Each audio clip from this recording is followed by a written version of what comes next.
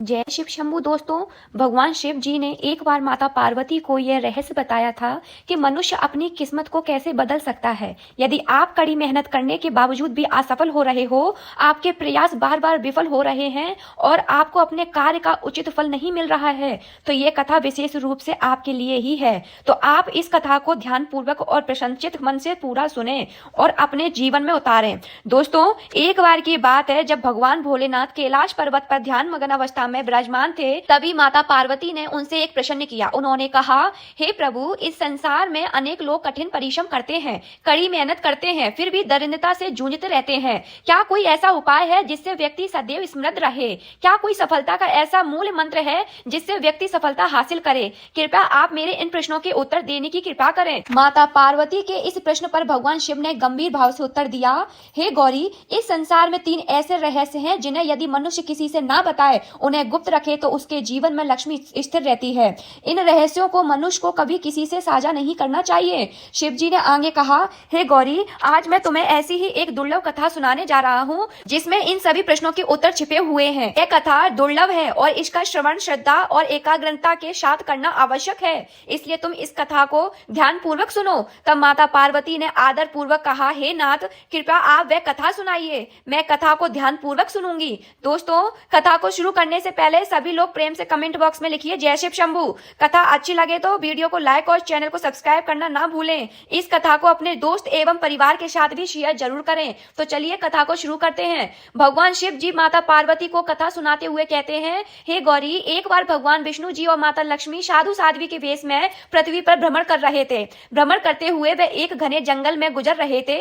वहां उन्होंने रास्ते के किनारे एक व्यक्ति को अपनी पत्नी के साथ बैठा हुआ देखा जो रो रहा था और बेहद दुखी लग रहा था। भगवान विष्णु ने पास जाकर उससे पूछा, तुम कौन हो और इस निर्जन वन में क्यों रो रहे हो? भगवान विष्णु की बात सुनकर उस व्यक्ति का रोना थोड़ा कम हुआ। उस व्यक्ति ने अपने आंसू पोंछते हुए साधु भेषधारी भगवान विष्णु को प्रणाम किया और कहा, हे साधु महाराज, मैं पास के गांव का एक अभागा व्यापारी हूँ। मेरा भाग्य ही मेरा सबसे बड़ा शत्रु बन चुका है। मैं जो भी कार्य करता हूँ वह असफल हो रहा है। मेरी मेहनत कभी फल नहीं देती, इसी कारण मैंने अपनी पत्नी के सारे गहने, सारे आभूषण बेच दिए हैं। मेरे परिवार ने भी मेरा साथ छोड़ दिया है और मेरा घर गिरवी पड़ा है। मुझे लगता है कि मेरी किस्मत ही खराब है। मैं अब जीवन से पूरी तरह हताश होकर यहाँ आकर बैठ गया हूँ। मेरे पास ऐसा कुछ नहीं है जिसका मैं विचार कर सकूं। भगवान शिव जी कथा सुनाते हुए आगे कहते हैं, हे गौरी, उस व्यक्ति की करुणा भरी बातों को सुनकर भगवान विष्णु ने कहा, तुम कहते हो तुम्हारी किस्मत खराब है, चलो मैं स्वयं देखता हूँ कि आखिर तुम्हारी किस्मत में क्या कमी है। तब वह व्यक्ति कहने लगा, हे साधु महात्मा, पहले मैं एक किसान था। मैंने कई वर्षों तक खेती की, लेकिन हर साल उसमें घाटा होता था। कभी सूखा पड़ता तो कभी इतनी ज्यादा बारिश होती कि सारी फसल बर्बाद हो जाती। सब परेशानियों से तंग आकर मैंने खेती छोड़ दी और व्यापार करने का निश्चय किया, लेकिन मेरे पास व्यापार शुरू करने के लिए कोई पैसा नहीं है। तब मैंने अपनी पत्नी के सारे गहने बेच डाले और उस धन से कारोबार शुरू किया, लेकिन जब व्यापार नहीं चला तो शुरू में परिवार वालों ने साथ दिया, लेकिन जैसे जैसे लगातार नुकसान होने लगा तो अपनों ने भी दूरी बना ली। वह व्यक्ति आगे कहने लगा, हे साधु महात्मा, ये सब मैंने अपने परिवार वालों के लिए ही तो किया था, लेकिन अब वह मुझे देखकर नजरअंदाज कर रहे हैं। वह मुझे ही हमारी दुर्दशा का जिम्मेदार ठहराते हैं। जिसने मेरे साथ ही अपना व्यापार शुरू किया था उसका कारोबार खूब चल रहा है। वह जब भी मेरे घर आता है अपनी सफलता की कहानियां सुनाता है। उसकी बातें सुनकर मेरे परिवार वाले मुझसे कहते हैं, अपने मित्र को देखो और उससे कुछ सीखो। हमें तो लगता है कि तेरे बस में कुछ हो नहीं है, तू कुछ कर नहीं सकता। हे साधु महात्मा, इन बातों को सुनकर अब मुझे भी ऐसा लगता है कि शायद मेरे जीवन में कुछ अच्छा नहीं हो रहा। मैं हर समय यही सोचता हूँ कि मैं असफल हूँ। कभी कभी तो मेरे मन में यह विचार आता है कि मेरे पास जीवन जीने के लिए कोई वजह नहीं, तो मैं इस जीवन का क्या करूँ। आज मैं यहाँ इसी इरादे से आया था, लेकिन मैं ऐसा करने की हिम्मत नहीं जुटा पाया, लेकिन यहाँ पर अपनी पत्नी के साथ अकेला बैठा रो रहा हूँ। दोस्तों, भगवान शिव जी कथा सुनाते हुए माता पार्वती से आगे कहते हैं, हे गौरी, फिर उस व्यक्ति की पूरी बात सुनने के बाद भगवान विष्णु ने उस व्यक्ति से क्या कहा, क्या तुम और कुछ कहना चाहते हो? तब वह व्यक्ति कहने लगा, हे साधु महात्मा, एक तो मेरा हर प्रयास विफल हो जाता है और दूसरा मेरा मित्र है जो हर समय मुझे नीचे दिखाने की कोशिश करता है। उसकी बातें मुझे बहुत परेशान करती हैं। मैं समझ नहीं पाता कि इस स्थिति में मैं क्या करूं और क्या ना करूं। तब भगवान विष्णु जी मुस्कुराते हुए कहते हैं,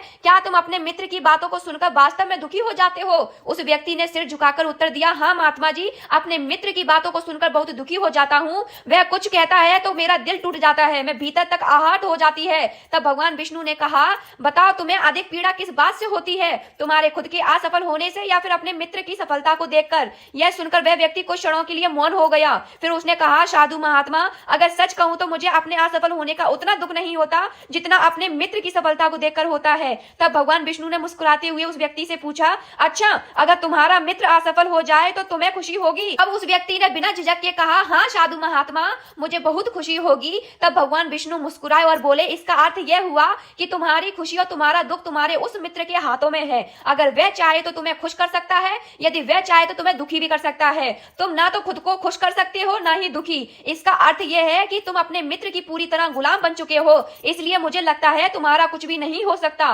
दोस्तों, भगवान शिव जी कथा सुनाते हुए आगे कहते हैं, हे गौरी, जब भगवान विष्णु ने थोड़ा नाराजगी भरा स्वर दिखाया और वहां से आगे बढ़ने का प्रयास किया तो वह व्यक्ति घबराकर उनके सामने हाथ जोड़कर खड़ा हो गया। उसने कहा, हे साधु महाराज, कृपया मुझे यूं छोड़कर मत जाइए। आपकी बातों में मुझे पहली बार एक उम्मीद की किरण दिखाई दे रही है। मुझे बताइए मैं क्या करूं? उस व्यक्ति की बात सुनकर भगवान विष्णु रुके और बोले, यदि तुम मेरी बात मानने को तैयार हो तो मैं तुम्हें मार्ग अवश्य दिखाऊंगा। ध्यान से सुनो, जब हम अपनी खुशी और दुख का आधार किसी बाहरी व्यक्ति या परिस्थितियों को बना लेते हैं तो हम स्वयं को कमजोर कर लेते हैं, फिर हम भावनाओं पर निर्भर हो जाते हैं। इससे बेहतर है कि तुम अपने आप से आशा रखो और तुम स्वयं पर भरोसा रखो और पूरी लगन समर्पण के साथ प्रयास करो। साथ में अपने कार्य में लग जाओ। जब तुम अपने आत्मबल और मेहनत पर भरोसा करोगे तब सफलता निश्चित ही तुम्हारे चरण चूमेगी। याद रखो, अपनी मेहनत और विश्वास के बल पर ही भाग्य को बदला जा सकता है।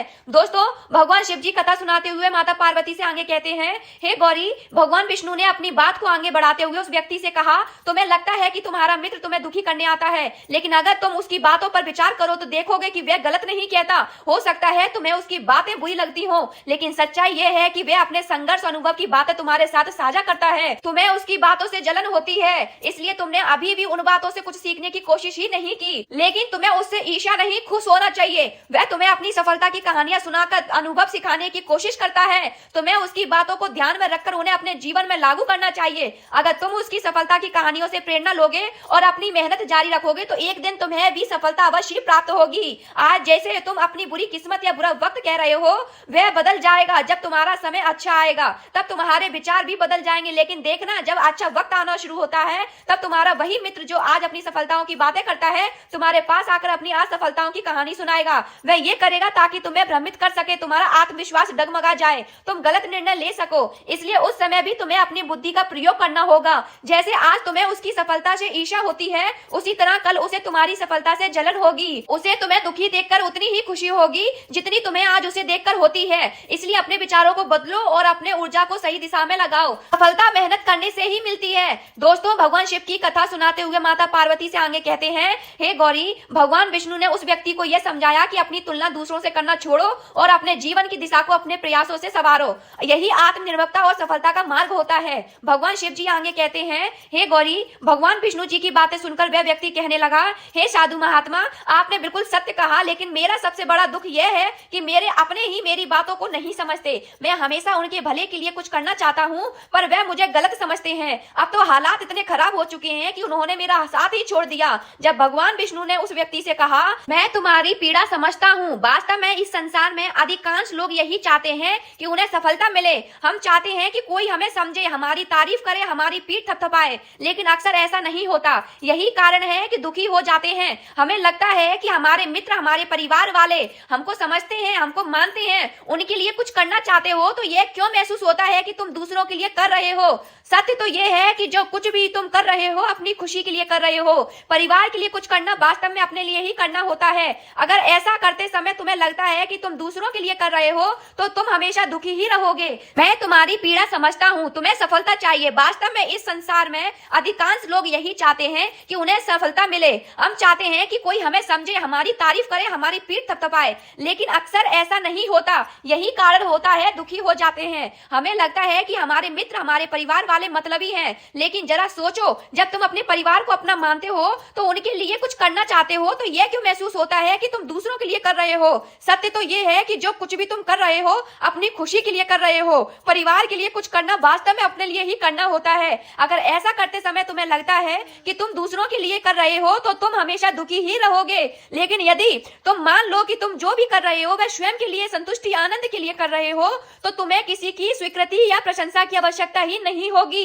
जब हम खुद के लिए कुछ अच्छा करते हैं या करना चाहते हैं तो दूसरों की प्रतिक्रिया हमारे आत्मविश्वास को प्रभावित नहीं कर पाती। यही आत्मनिर्भरता का मार्ग है। दोस्तों, भगवान शिव जी कथा सुनाते हुए माता पार्वती से आगे कहते हैं, हे गौरी, भगवान विष्णु की यह बातें सुनकर वह व्यक्ति कुछ देर के लिए शांत रहा और सोचने लगा कि विष्णु जी ने उसे आत्मनिर्भरता और आत्मविश्वास का पाठ पढ़ाया है जो मानव जीवन के लिए अत्यंत आवश्यक है। साधु रूपी विष्णु जी की बातें सुनकर उस व्यक्ति के चेहरे के भाव बदल गए। वह बोला, हे साधु महाराज, आप बिल्कुल सही कह रहे हो।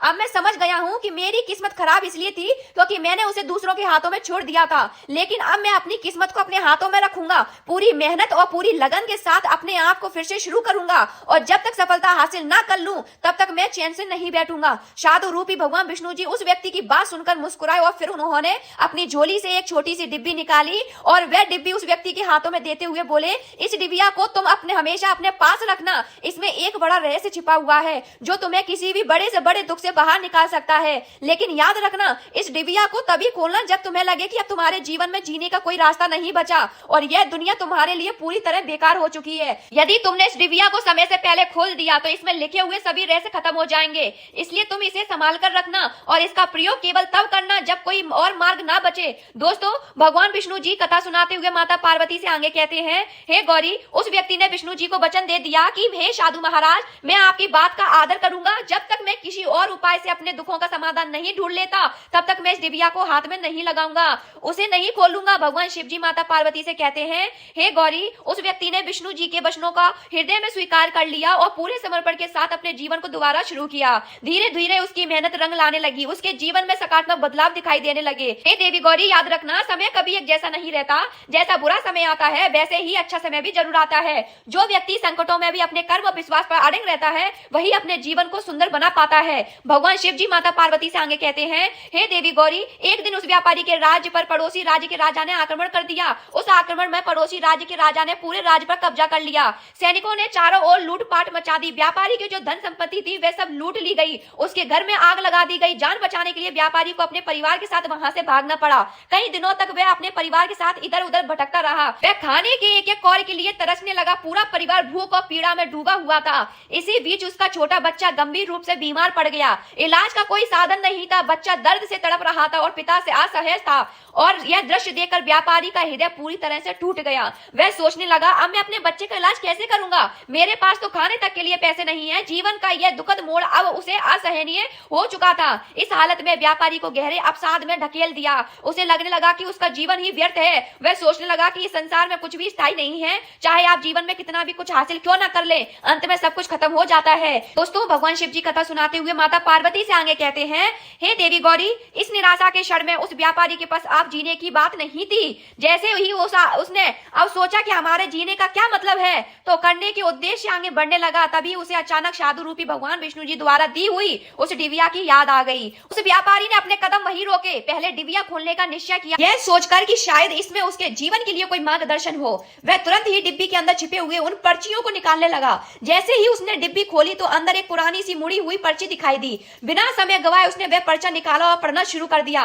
पर्चे पर लिखे शब्द जैसे ही उसकी आंखों के सामने आए उसकी सोच का अंधकार छट गया। माता पार्वती ने यह सुनकर भगवान शिव जी से पूछा, हे प्रभु, उस पर्चे में ऐसा क्या लिखा था जिससे कि उस व्यक्ति की सोच ही बदल दी? तब भगवान विष्णु जी ने मंद मुस्कुराकर साथ बोले, हे देवी गौरी, उस पर्चे पर लिखा था, यह समय भी बीत जाएगा। माता पार्वती ने विनम्र से कहा, हे नाथ, मैं समझी नहीं, इसका क्या अर्थ है? तब भगवान शिव जी ने माता पार्वती को समझाते हुए कहा, हे गौरी, यही तो जीवन का सबसे गुण सत्य है। जीवन में कभी भी समय एक जैसा नहीं रहता। जब अच्छे दिन आते हैं तो वो भी बीत जाते हैं और जब बुरे दिन आते हैं तो वो भी स्थायी नहीं रहते। समय हमेशा परिवर्तनशील है, इसलिए मनुष्य को कभी निराश नहीं होना चाहिए। किसी भी परिस्थिति में व्यक्ति को हार नहीं माननी चाहिए, उसे धैर्य रखना चाहिए, साहस से काम लेना चाहिए और अपनी मेहनत को कभी रोकना नहीं चाहिए। कठिन परिस्थिति और सच्ची लगन किया गया कार्य कभी भी व्यर्थ नहीं जाता। बुरे दिन चाहे कितने भी कठिन क्यों ना हो, वह हमेशा खत्म होते हैं और जब व्यक्ति अपने कठिन प्रयास और मेहनत से आगे बढ़ता है तो सफलता उसका इंतजार करती है। जब उस व्यापारी ने उस पर्चे पर लिखे हुए इन शब्दों को पढ़ा तो उसे अपने जीवन की सच्चाई समझ में आई। उसने महसूस किया कि जैसे उसके बुरे दिन समाप्त हो गए, अच्छे दिन आ गए थे, वैसे ही अब जो बुरे दिन हैं वो भी समाप्त हो जाएंगे। यही सोचकर उसने अपने मन में एक नई उम्मीद और ऊर्जा भर ली। उसने निश्चय किया कि वह फिर से जीवन को एक नई दिशा देगा। भगवान शिव जी माता पार्वती से कहते हैं, गौरी, फिर उस दिन के बाद उसने पूरे समर्पण और आत्मविश्वास के साथ फिर से अपने जीवन को संवारने का संकल्प लिया। इसके बाद उस व्यापारी ने मेहनत मेहनत करना शुरू कर दिया। मेहनत और पूरे लगन और ईमानदारी से उसने अपने व्यापार को फिर से शुरू किया। धीरे धीरे उसकी मेहनत रंग लाई और एक दिन वह उस नगर का सबसे प्रतिष्ठित और सफल व्यापारी बन गया। अब वह अपने परिवार के साथ सुख शांति और समृद्धि के साथ जीवन बिताने लगा। उसने जीवन के संघर्षों से यह सीख ली कि परिस्थितियां चाहे कितनी भी कठिन क्यों ना हो, हमें कभी हार नहीं माननी चाहिए। समय हमेशा एक सा नहीं रहता, हमेशा समय बदलता रहता है और सच्ची मेहनत का फल एक दिन अवश्य मिलता है। भगवान शिव अंत में कहते हैं, हे देवी गौरी, जो व्यक्ति अपने जीवन में सुख समृद्धि चाहता है उसे कभी किसी का उपवास नहीं उड़ाना चाहिए और ना ही उसका मजाक बनाना चाहिए। ऐसी इसी तरह बात और सदैव ध्यान में रखनी चाहिए कि किसी भी व्यक्ति को घर की निजी बातें बाहर वालों को नहीं बतानी चाहिए, घर तक ही सीमित रखनी चाहिए, चाहे वह किसी प्रकार की बातें क्यों ना हो। जब घर के लोग ही अपनी घर की बातें बाहर वालों को बताते हैं तो घर की ऊर्जा रुक जाती है। इससे ना तो केवल समस्या बढ़ती है बल्कि तरक्की का मार्ग भी अवशुद्ध हो जाता है। घर की बातों को परिवार के भीतर ही रखना यही बुद्धिमान व्यक्ति की परीक्षा है। तो दोस्तों, उम्मीद है ये वीडियो आपको अच्छी लगी होगी। अगर अच्छी लगी हो तो वीडियो को लाइक करें और इसे अपने दोस्तों एवं परिवार के साथ शेयर अवश्य करें। और हाँ, यदि आप ऐसी ज्ञानवर्धक कथाएं सुनना चाहते हैं तो हमारे चैनल को अभी सब्सक्राइब करें। कमेंट बॉक्स में जरूर लिखिए कि हाँ, हम भी ऐसी कथाएं और सुनना चाहते हैं। हमें इस कथा से बहुत ज्यादा प्रेरणा मिली। भगवान भोलेनाथ की कृपा आप सभी पर हमेशा बनी रहे। जय शिव शंभू।